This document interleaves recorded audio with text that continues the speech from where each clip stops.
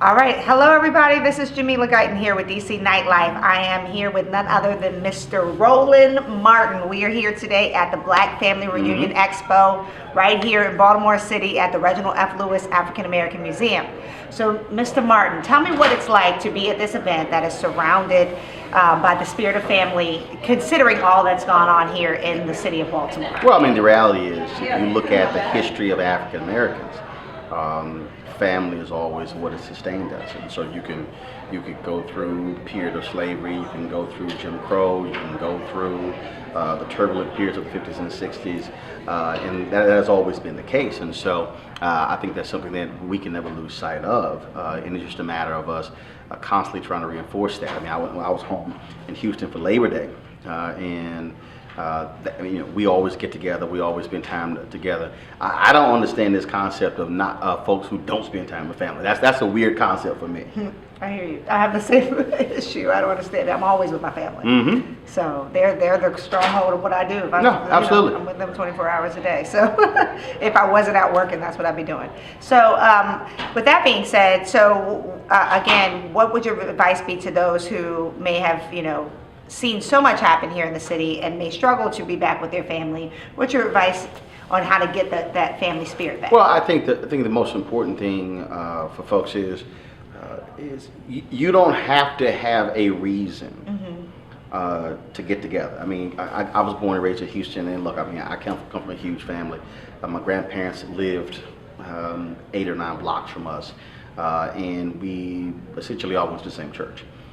So that was the case every Sunday. I mean, and in fact, I was talking to somebody. I have no recollection of ever spending the night at a non-family member's house because there was no room for friends. I mean, my mom had 8. It was 8 of them, and there were 42 grandkids, and so there was no room for friends. Right. And so I think it was interesting to me how folks only think that you have to have a reason for folks to be able to come together. When I was in LA, I threw this dinner party. Whenever I go to LA, I can't have lunch or dinner with everybody. So like, you know what, look, we're just gonna have dinner party, and we do it all by text message, and if you can come, great. If you can't, there's no sweat. Right. You have to get all dressed up. This ain't all hoity-toity.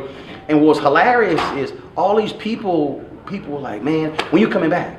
I'm going, well, they said, so we can do this again. I'm like, y'all live here. Right, y'all don't have to wait for me to come. I said, I don't need to come to LA to do it. But it was interesting how all these folks lived there, and they were waiting for somebody outside to come back to sort of have this sort of gathering.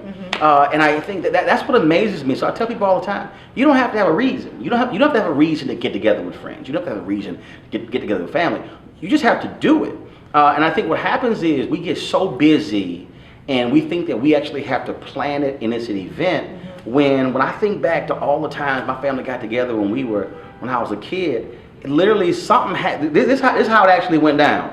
A couple of relatives drive by and folks were there, and then somebody called and they said, yeah, so-and-so's over here.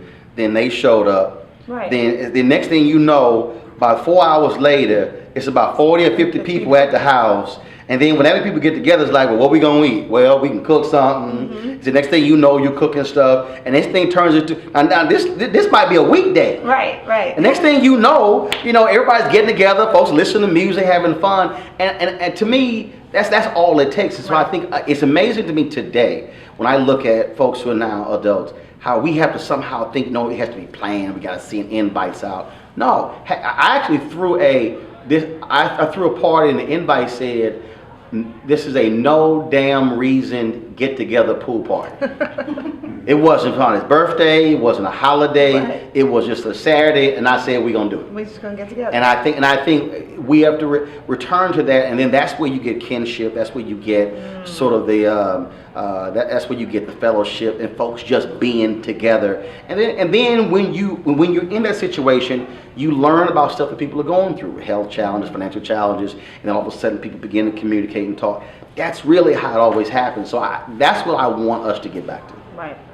And how do you think, with us getting back to that, like how will that change the dynamic of what's happening today? Well, because then we're not living these separate lives. Right. I mean, and that's what we are. And again, if you just sort of step back and look at where we are today, how often are we simply living in our own little small worlds? We're not sharing, we're not talking, we're not seeing one another, and we're sort of passing each other in the night. And I'm gonna go back to the dinner party we had in LA. This was crazy. So I had a bunch of people at one of these dinner parties, and so Lionel Richie was there, and Verdine White was there. I know both of them, so I invited them. And we just having a good time. It was a good time. Right. And Lionel was like, he had canceled going to London for something to come to the dinner party. Wow. And he was sitting there and he was like, dude, this is great. And I said, what do you mean? He said, okay, we gotta have one of these at my house. He said, because I got this, it was a trip. He said, I got this huge house. Mm-hmm. Don't nobody come down the driveway. Wow. And if you really think about that, mm-hmm. He's this huge entertainer, and we're just there having a good time, having drinks, just talking. Right. And he said, man, this is the longest, he said, I've been knowing, he said, in 35 years, he's been knowing Verdine White. That was the longest they ever had a conversation. So because normally we pass each other backstage or in airports. Mm-hmm. And that's how basic it is.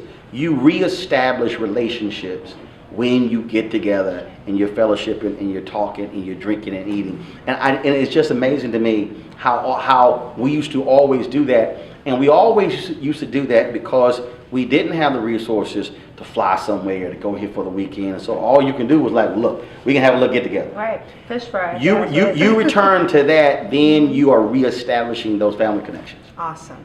So listen, guys, you heard it here first from Mr. Martin. Throw a get together. Right here. Throw a get together. A no damn reason get together. No damn reason. All right. Thank you all. Thank you, Mr. Martin, for taking time with me. And we'll see you all soon.